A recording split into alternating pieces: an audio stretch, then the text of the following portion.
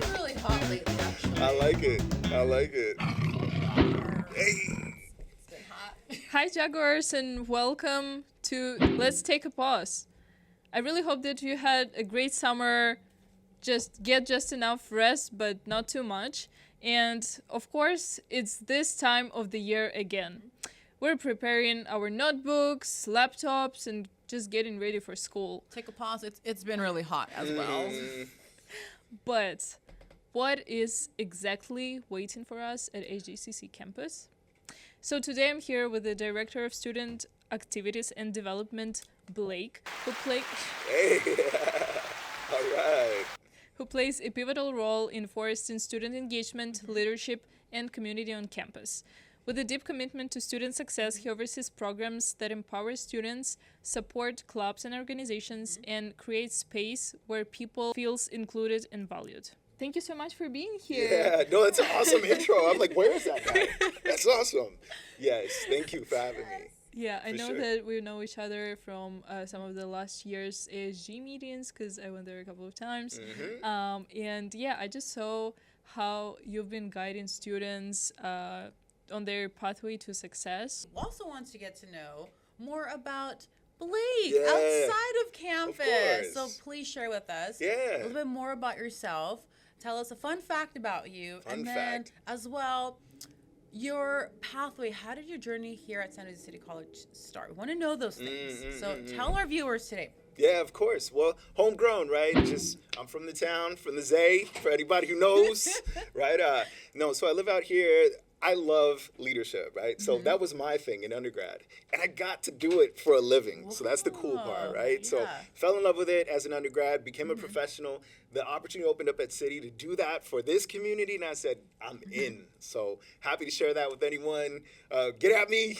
Talk to me about it next time you see me. Let's do this. But no, love leadership. Love being here at City. So that's me. Oh, that's great. That's really, really great. And of course, we want to know more about you. So Ghana, yeah. Yeah, so going back to the topic about, fall 25 semester and overall, what should students expect when they're first coming to SJCC campus during this fall semester? So expect, right, that it's big. Wherever you're coming from, there's 8,500 students right now.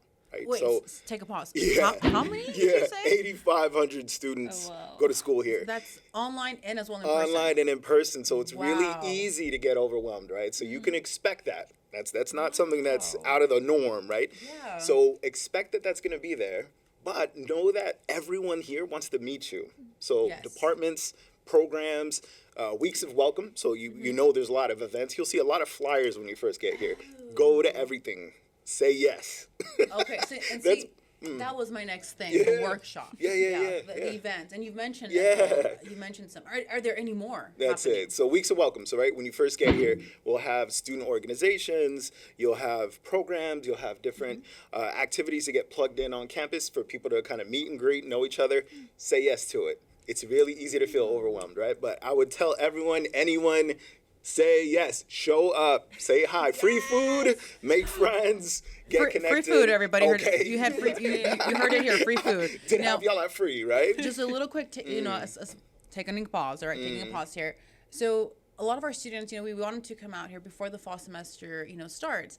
But I want to share this. Like for me, I as a first generation college student, graduate, I know for me, having my parents come and be able to see where I was going to be attending college was important, but also for them to get the information, from the college that I was intending to, getting information. Would that also be something that the parents would see at these workshops? Oh, for sure. Yeah. So the idea here is that a family goes to college, right? It's not Yes. just you. You're bringing your whole community with you. Right. Your little brother, your little sister, your cousin, your mom and dad, yeah. everyone. So in the summertime, we like to have these things that are like first year experience, convocation. You can come by on your own and do a campus tour. So in the summer when you're out of school and you just want to bring your mom and dad to go for a walk, Yeah. come through on a Friday. We're here all summer long. So find your Okay. classes, see where's a cool spot to have lunch, Yeah. take some pictures, get excited, Okay. right? So Yes. parents can get plugged in all this. We have these different programs where parents can understand how to support their college student, and also for significant others. So even if it's like your boyfriend or girlfriend wants to know what it's like, they can be there too. figure out how to sport. It's a community, right? That's Yeah, great. that's right. This is really cool. So I am a digital media art student, and while I'm talking to my professors through this semester, many of them, they're saying that, you know, they're planning on having like different new classes to the upcoming fall semester. So my question is, do you know about any like special programs or new classes that we're gonna have during this fall semester? No, it's a great point. And I think as all these things develop, what we like to do is get them quickly out to our students. So the best I'd say is, I don't know if I can say off every single department and program, but I can tell you where to find it, right? Okay. So through Canvas, through email, when you sign up to be a student, make sure it's a legit email. Legit email, everybody. You don't want to just put the spam one. Why? Because you're going to find out about opportunities like this, free food, scholarship, internship. Make sure that information is legit, right?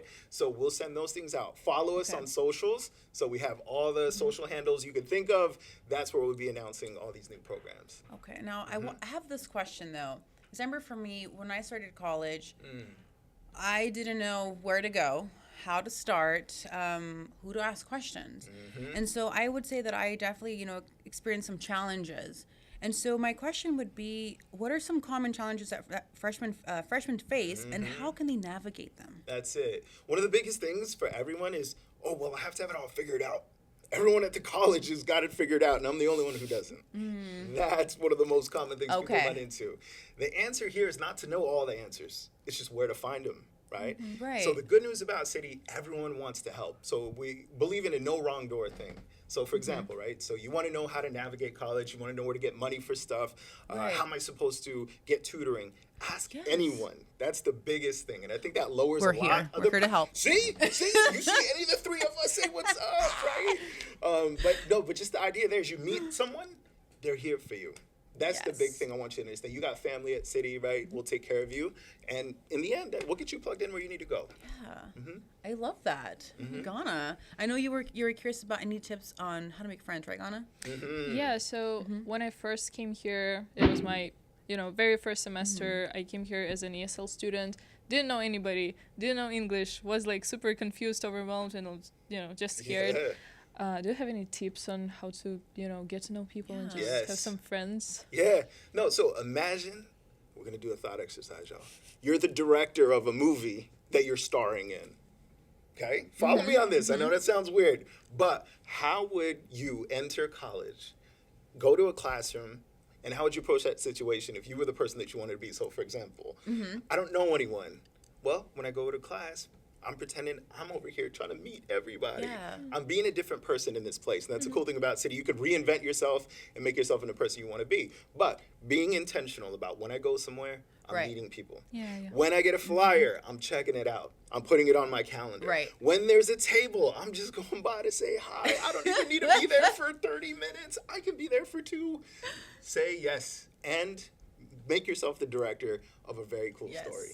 I love that. Now, one thing that sometimes students can experience as far as apprehension, one is starting college for the first time, right? And as well, because Ghana, I had shared with you earlier as well, when I started college, I didn't know anybody, and I also had that fear. I'm like, how can I meet new friends in college?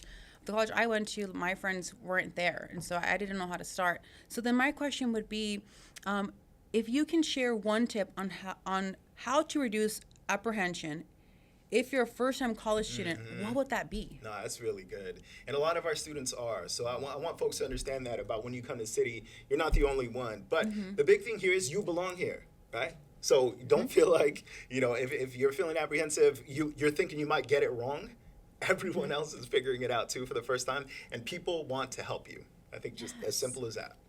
That's great. That's really, really great.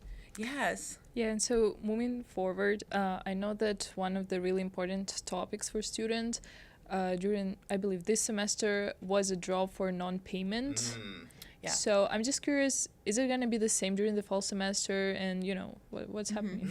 No, drop for non-payment, super simple, right? So the idea there is there are lots of messages about how to pay for college and when to pay for college. The big thing here is that when you sign up for your classes, stay on top of those emails. You'll get like 3 or 4 different warnings that tell you, hey, this is time to pay. The good part, it's really affordable, and we have different ways to help you. You just got to enter into a payment plan or make your payment up front in full. Your other programs will help you pay for school too. So it's nothing to really worry about in that way if you stay on top of it, right? Well, thank you, Blake, for being here today. Yeah, it's Gon good to and be I here. had like great conversations, right? Got a lot of our questions answered. Want to thank you again. And everyone, stay tuned for our next episode. We're excited. Make sure, please, you give this video a thumbs up, like, and subscribe. And please, and it's hot out there. Stay cool. Don't forget your water. All right. There's cooling stations out there as well and centers. Have a good one. We'll catch you soon. I grew up where kids weren't expected to go to college. We just got whatever job we could to pay the bills. I felt I had no other choice. There was no role models to show me anything else. At San Jose City College, I experienced the transformational power of education. I was empowered when learning about social movements in this country, and I realized that I did have a choice. I decided then to forge my own path and become a role model for my family and for my community. Choose your own path. Discover your brilliance at San Jose City College. Welcome back, everybody, to Take a Pause. This is your co-host, Guadalupe La Torre, and my fabulous co-host. Ganas Gama. Yes. And we have another co-host joining us today, Dr. Jacqueline Gamboa. Welcome. Thank Yay. you. And we have a special guest today, Lalo Alcaraz. Welcome. Hey. Yes. Rawr. There you see, you were in the San Jose City College Fair. I love that. So today we have an incredible show. And as we had mentioned, we have Lalo, right? And so a little bit about Lalo. He's an award-winning cartoonist, writer, and Chicano artist who has been using humor and art to speak conversations for decades. You might know him as the creator of the comic strip La Cucaracha, or from his work as culture consultant on Pixar's Coco and Nickelodeon's The Casa Grandes. His cartoons, books, and TV projects have not only made people laugh but also challenged stereotypes and told powerful stories about Latino community. And we cannot wait to dive into his journey and creative process and just to know more about how he uses his art to create a real world impact. Yes. So welcome.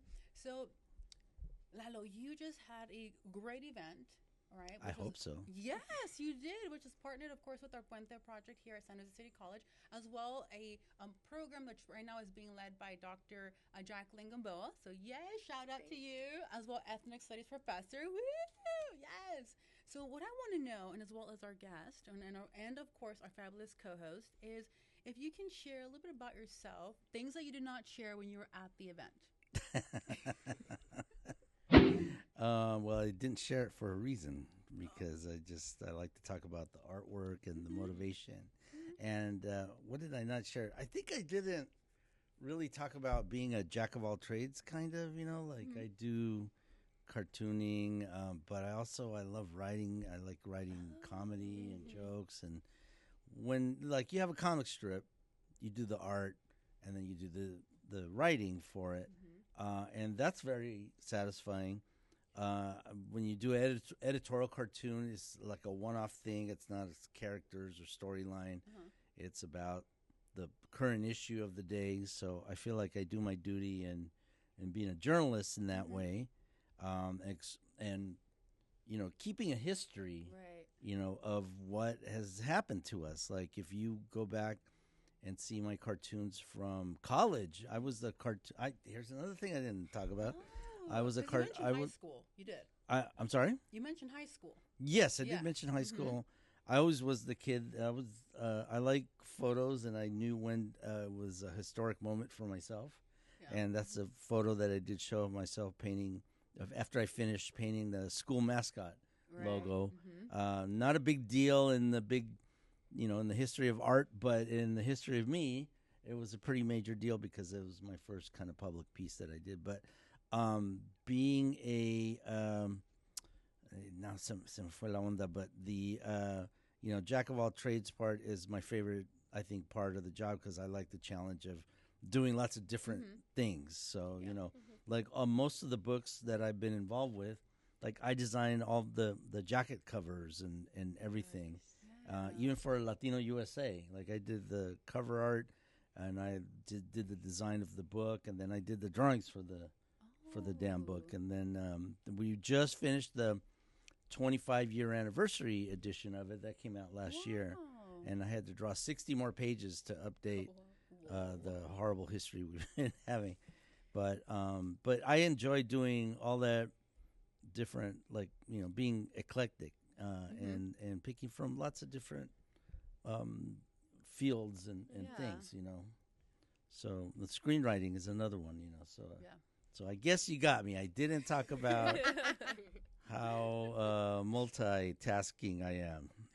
Well, can I share this one that happened after the event? I asked you a question. Do you remember what that question was? About the mariachi? Oh, yeah. Okay. That's a good one, too, because I didn't do the voice. But, no, we talked about... I like what you said. I have a good ear for voices. And I know you... Did you do a voice on Coco? Like, guilty as charged. I was Grandma Coco. No, I'm just kidding. There's a scene, and you knew which one, too. She goes, the mariachi, right? I'm like, damn. But there's a scene in the beginning of the movie where Miguel is going around the talent show at the park. Yeah. And all the mariachis are there to, he doesn't have, but he wants to sign up for this to prove to his family that he's a musician and a real artist, and can't find a guitar, and asks everybody down the line. And finally, at the end, he asks, I'm looking at this big, angry purple mariachi, and I'm holding the tablecloth we have here. It's covering the table. It's purple. And he just he's like, can I borrow your guitar? And the mariachi just looks up at him, and he goes, get out of here, kid. And that's my famous line in Coco. I also have an Easter egg in Coco. So there's if you go in the land of the dead, there is an image of my Cucaracha character, but as a calavera, and it's up on a wall. If you blink, you miss it, but it's right in the middle of the we need to go back picture. to that. Yeah, it's pretty cool. I get tingles when I see it. So every time I watch it. Well, thank you for sharing. I appreciate that. So we're going to take it now to Dr. Gamboa. Awesome. So I have a question for you. How have you maintained your integrity, your originality, and also your creativity in the face of artificial intelligence, and also the attacks on diversity, equity, and inclusion? Well, I don't know so much about my integrity, but I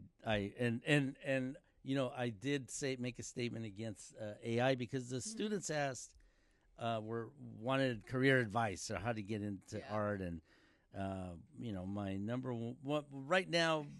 I mean, my number one advice is always don't stop. Just keep going, and if you're meant to be an artist, famous or not, you will be. You just because you won't never stop drawing because you need to get it out. That's what I got to get all this stuff out. I'm not done getting all this stuff inside me out. I think that humans are how humans are going to be always. So we just have to constantly fight against people bringing negativity. And someone posted trying to hate on my work on a Latinos for Trump cartoon I did about get a guy getting abducted and going to El Salvador, and he wrote, "Oh, are you into shaming people?" And I'm like, "Yeah, I'm into shaming you, because you need to be shamed. You're sin vergüenza. You're like, you need to know that some things are wrong. Racism is wrong, hate is wrong, and these are like things that we can agree on. And these other people are sliding it the other way and trying to change the meaning of positivity and negativity, and it's just not right. So I don't know how I do it or if I do it even. I just try my best." I know that we already touched that you've used your cartoons to touch some serious topics such as immigration, politics, and identity. So I'm curious, how did you realize that humor and art could be a form of activism? I don't know if I ever realized it, but I just kept doing it. But I mean, I know that some of my favorite things that I watch, the comedians, are comedians that make fun of all these issues and enlighten the audience. So like Richard Pryor or old Saturday Night Live or George Carlin, even Cheech and Chong. Oh yeah.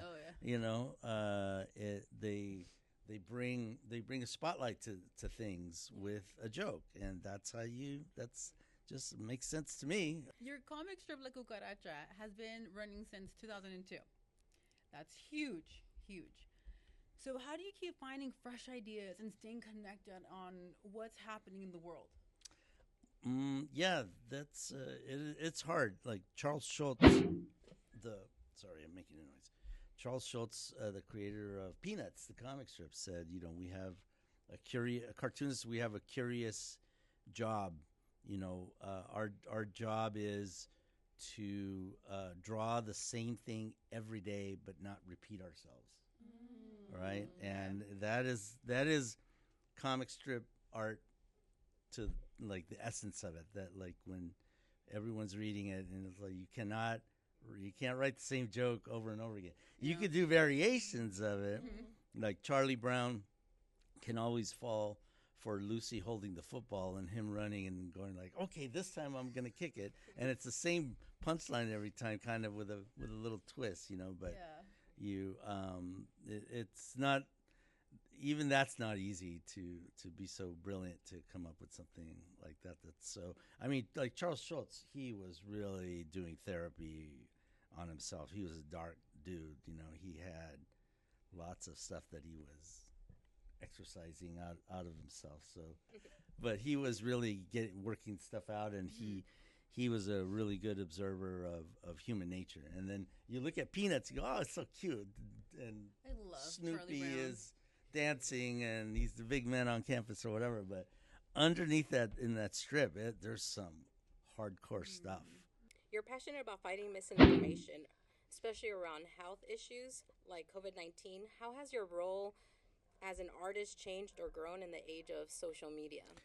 It helps to get paid to do it, but I lost a couple friends, not to COVID, but to the mind virus of do your own research, conspiracy theories, you know, and that like blew me away.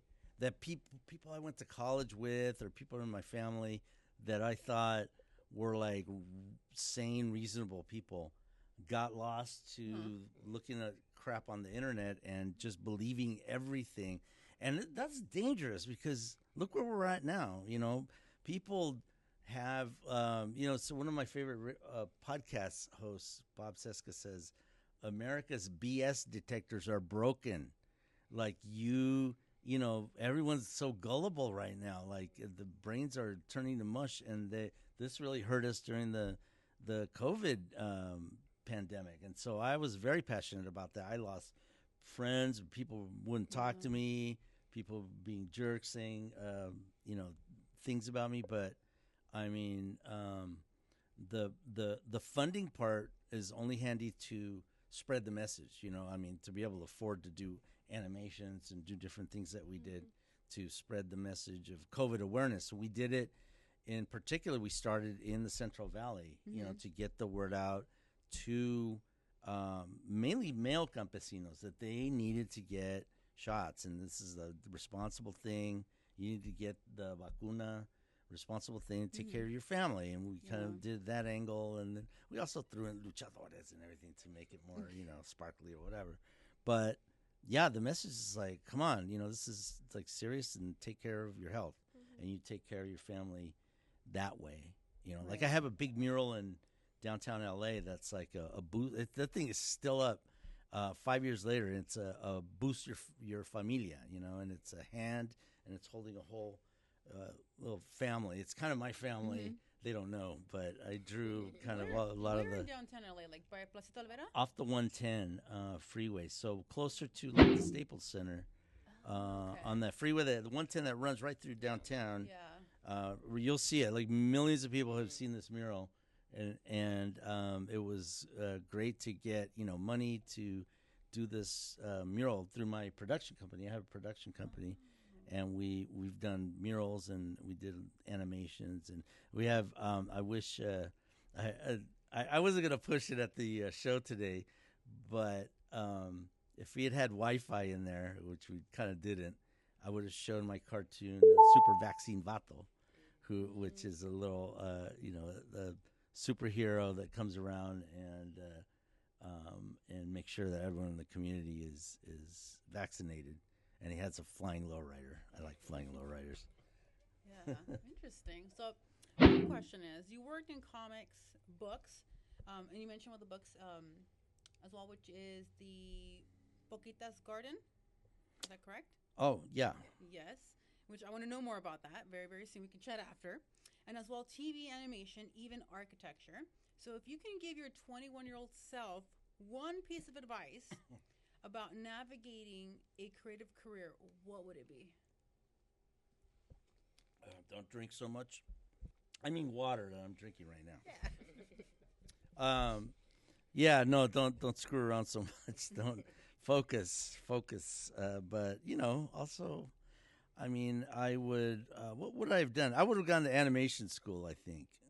Although, I don't know. I like to be the creator. I like to be not the boss, but I like to be the lead creative person and have people follow my vision. Like if I'll make an exception because now I'm getting older and I'm like, okay, I only have a certain amount of time to do what I want to do. So I want to do my Pachuco book, superhero.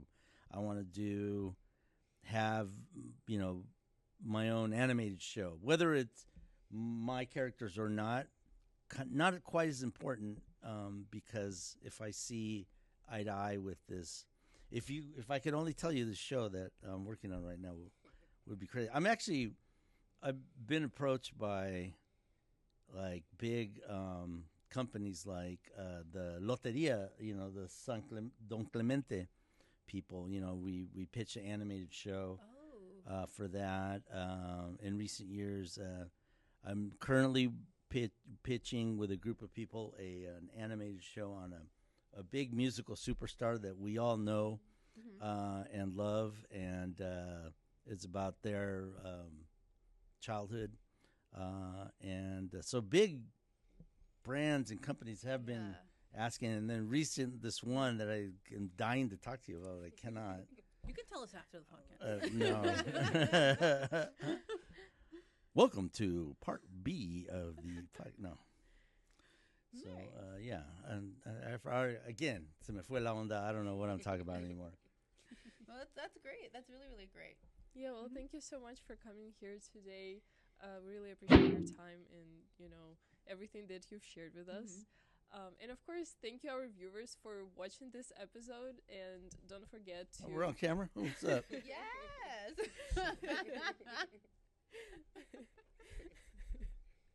Don't forget to subscribe to our channel, give a thumbs up under this video, and of course, leave a comment about your favorite part of something new that you found out in this episode. And we'll see you soon.